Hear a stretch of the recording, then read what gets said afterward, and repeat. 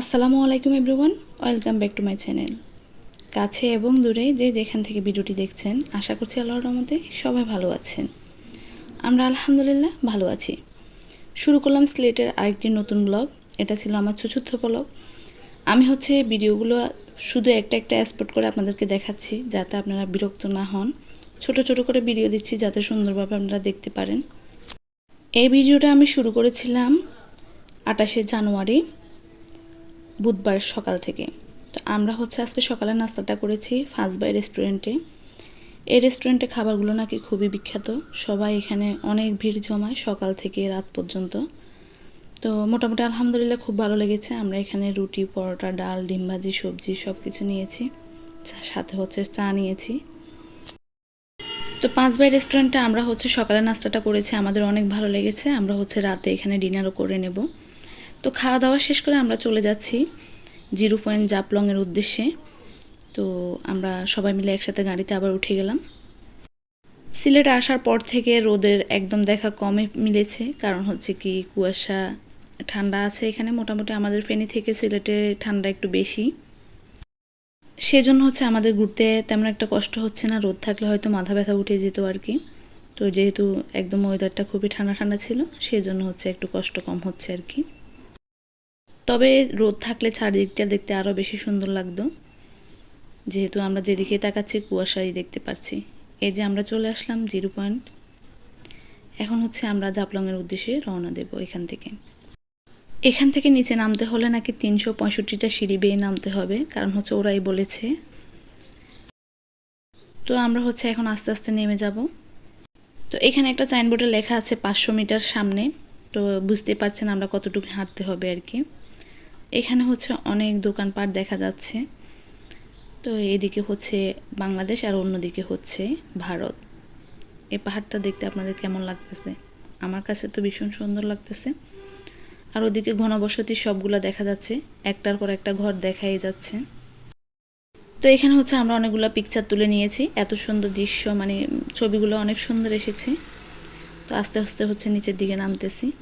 আপনাদেরকে একটা কথা জানিয়ে রাখি, এখান থেকে যদি আচার কিনেন তাহলে একটা করে টেস্ট করে তারপর আচার কিনবেন, আর চকলেট কিনলে টেস্ট করে কিনবেন। অযথা অন্য কোনো জিনিস কিনে প্রতারিত হবেন না। এই কথাটা আমি কেন বলেছি তার একটা কারণ আছে। আমি ওখান থেকে এই তেলটা নিয়েছিলাম, বাসায় এসে দেখি এটার অবস্থা কি। তো ওরা জোরপূর্বক আমার থেকে এটা বিক্রি করেছিল, আমি নিতে চাচ্ছিলাম না, ওনারা ভালো বলে আমাকে এটা দিয়েছে আর কি। তো এখানে এসে দেখি বাসায় এটার বেহাল অবস্থা। আমি আচার, চকলেট সব কিছু টেস্ট করে নিয়েছিলাম, সেই জন্য ওগুলো ভালো করেছে। এখানে কোনো প্রসাধনী জিনিস কিনবেন না দয়া করে, কিনলে আপনারাই ঠকবেন। এখানে সাবান, শ্যাম্পু বলেন সব কিছু একদম বাজে এগুলা। যারা যারা স্টল দিয়ে বসে আছে এরা একদম প্রতারক। এরা অনেক কথা বলে আপনাদের কাছে জিনিস বিক্রি করবে, কিন্তু পরবর্তীতে দেখা যাবে জিনিসগুলো একদমই ভালো না। এই তেলটা খোলার পরে আমি তো একদম হতাশ হয়ে গেছি। এখানে তেলের কোনো বিন্দুমাত্র চিহ্নই নেই, এখানে শুধু পানির মধ্যে একটু ফুড কালার মিশিয়ে দিয়েছে মনে হয়। না আছে কোনো গ্রান, না আছে কোনো তেলের স্পর্শ। এখানে আমরা দেখে তো পুরাই অবাক হয়ে গেছে। আপনারা দেখলেই বুঝতে পারবেন, তেল যখন হাতে লাগে তখন এটা একদম তেলাত্মক হয়ে যায়। আর এই পানিটা দেখতেছেন একদম শুকিয়ে যাচ্ছে লাগার সাথে সাথে হাতে। এখানে ফুড কালার মিশিয়ে তারপর পানির মধ্যে দিয়ে দিয়েছে। তো যাই হোক, আপনারা দয়া করে এসব জিনিস নেবেন না আর কি, আমার মতো ঠকবেন না, নিলে ঠকে যাবেন। উপর থেকে নিচের অংশটা খুবই সুন্দর দেখা যাচ্ছে। আপনাদেরকে তো আমি আগে বলেছি, যেদিকে তাকাচ্ছি সেদিকে কুয়াশা দেখা যাচ্ছে, সেই জন্য তেমন একটা সুন্দর দেখা যাচ্ছে না। সামনাসামনি কিন্তু অসম্ভব সুন্দর দেখতে। প্রকৃতি কন্যা হিসেবে সারা দেশে এক নামে পরিচিত সিলেট জাপলং। শুনশান নিরাপত্তার কারণে এলাকাটি দারুণভাবে পর্যটকদের আকর্ষণ করে। এইসব দৃশ্য দেখতে প্রতিদিন দেশ থেকে বিদেশ থেকে পর্যটকরা ছুটে আসে। সিলেট জেলার দর্শনীয় স্থানগুলোর মধ্যে জাপলং কিন্তু সবার পছন্দের। সিলেটের গোয়েঙ্গাট উপজেলা ভারতের মেঘালয় সীমান্ত ঘেঁষা প্রকৃতির টানে রূপের পরশা সাজিয়ে আছে জাপলং।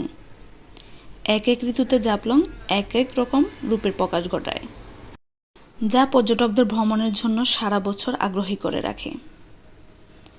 পাথরের উপর দিয়ে বয়ে চলা পিয়ার নদীর স্বচ্ছ পানির ধারা, ঝুলন্ত ডাউকি ব্রিজ, উঁচু উঁচু পাহাড়ের সাদা মেঘের খেলা জাপলংকে করেছে এক অনন্য সুন্দর। যারা সিলেট হয়ে মেঘালয় বেড়াতে যান তারা ডাউকি সেতু পার হয়ে যান। যারা জাফলং জিরো পয়েন্ট ঘুরতে যান তারা সেখানে ভারতের একটি ঝুলন্ত সেতু দেখতে পান। এই সেতুটি নির্মিত হয়েছিল 1932 সালে। সেতু নির্মাণের প্রধান প্রকৌশলী ছিলেন সিলেটের সন্তান আবিদ রেজা চৌধুরী। তার পুত্র হলেন জামিলুর রেজা চৌধুরী, যিনি পদ্মা সেতু প্রকল্পের অন্যতম প্রধান উপদেষ্টা। যারা ভিডিওতে এখনও একটা লাইক দেন নাই, তো দয়া করে একটা লাইক দিয়ে যাবেন। অনেক কষ্ট করে ভিডিওগুলো তৈরি করে আপনারা একটা লাইক দিতে একদম কিপটেমি করেন, কেন জানি না।